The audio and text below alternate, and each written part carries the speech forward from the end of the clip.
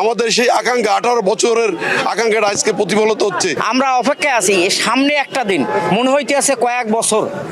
যে ব্যক্তিটি আমাদের বাংলাদেশের মানুষের 18 কোটি মানুষের হাসি ফুটানোর জন্য যে ব্যক্তিটি একটি রুমের মধ্য থেকে একটি চেয়ারে বসে আমাদের সেই আকাঙ্ক্ষা, সেই আমাদের গণতন্ত্র, আমাদের ভোটের অধিকার, আমাদের বাক স্বাধীনতা ফিরাই আনার জন্য যে ব্যক্তিটি একটি চেয়ারে বসে 17টি বছর ধরে আমাদের জন্য কাজ করে আজকে উন্মুক্তভাবে আমরা কথা বলতে পেরেছি, সেই ব্যক্তিটি আমাদের মাঝে আসতেছে এবং কালকেই সেটা আমি আপনাদেরকে অনুভূতিটা আমি আসলে ভাষায় পরিষ্কার করতে পারবো না। এই কারণেই যে উনি আমাদের জন্য যা করেছে, 18 কোটি মানুষের হাঁটি ফুটানোর জন্য যে ব্যক্তিটি এত কষ্ট করেছে এবং শহীদ প্রেসিডেন্ট জিয়াউর রহমান সাহেবের সন্তান মায়েকে দেশে রেখে উনি লন্ডনে একা পড়ে থেকে আমাদের জন্য যে কষ্ট করেছে, ওই ব্যক্তিটি আসার জন্য যে কি আমরা অনুভূতি আমাদের আপনার আসলে বুঝাতে পারবো না।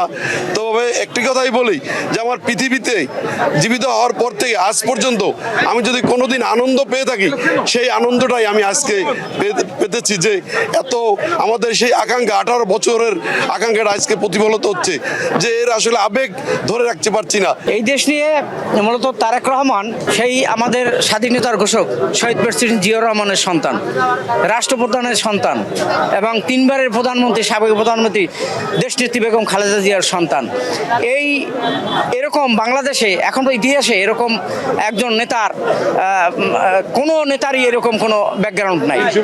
আমাদের নেতা তারেক রহমান দেশে আসতেছেন, টানা তৃতীয়বার অর্জন করেছে দেশের সেরা সুপার ব্র্যান্ড স্বীকৃতি বসুন্ধরা টিস্যু।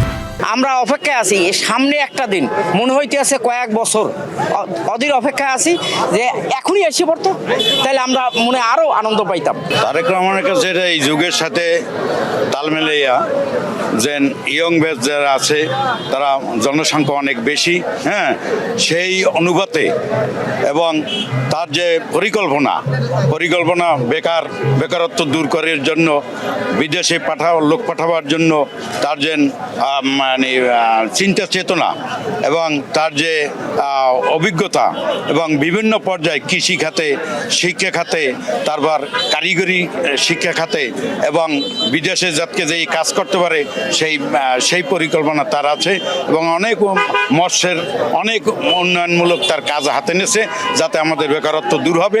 এই পরিকল্পনা তার আছে। এই পরিকল্পনা আমরা খুব মুগ্ধ এবং আমরা আজকের এত খুশি। বঙ্গোপসাগরের কাছের মানুষ আমরা, একদম বঙ্গোপসাগরের, এরপর আর আমাদের গ্রাম নাই, এরপর আমাদের কোনো থানাও নাই। তো ওখান থেকে আমরা আজকের মনের খুশিতে এত লোকজন এসেছি যা কল্পনার বাইরে এবং আমরা অনেক খুশি।